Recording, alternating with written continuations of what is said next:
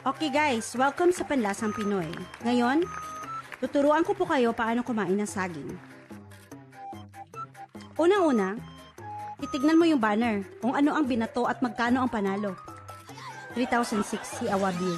Si Gon po yun. Yun po ang dami ni Gon. Okay? Okay, balik tayo. Commercial lang yun. Kuhain mo yung saging. Yan. Tapos, yung saging na yan ay iyong himas-himasin. Okay, hanapin mo yung dulo ng saging. Pag nahanap mo na yung dulo ng saging, syempre, dahan-dahan yan. Ano Tagalog ng panitan? Babalatan mo yung saging. Okay?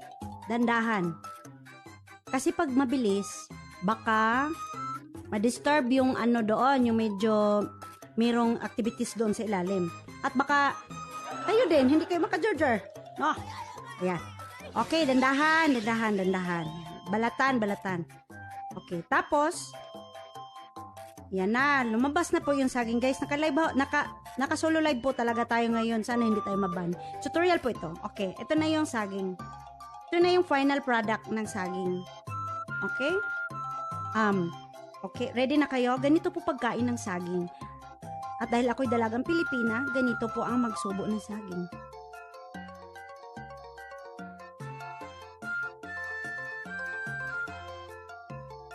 Takpan yung bunganga. Linisin ang tiktik. Pag malinis na ang tiktik, lunukin mo yung saging ng buo. Wala nang laman. Wala na ring tugtog. Okay? Tapos, Tagalog sa tiktik. Di ko kamaong. Saan Tagalog sa tiktik? Pagkatapos nyan, tayo ay inom ng tubig. Na parang dalaga din.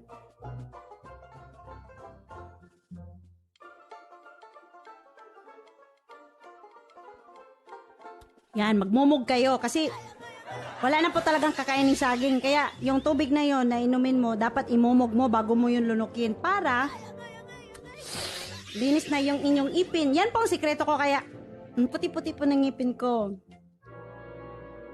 Gusto nyo again? Yung mumog part. Hala, gipidyo ko sa insect!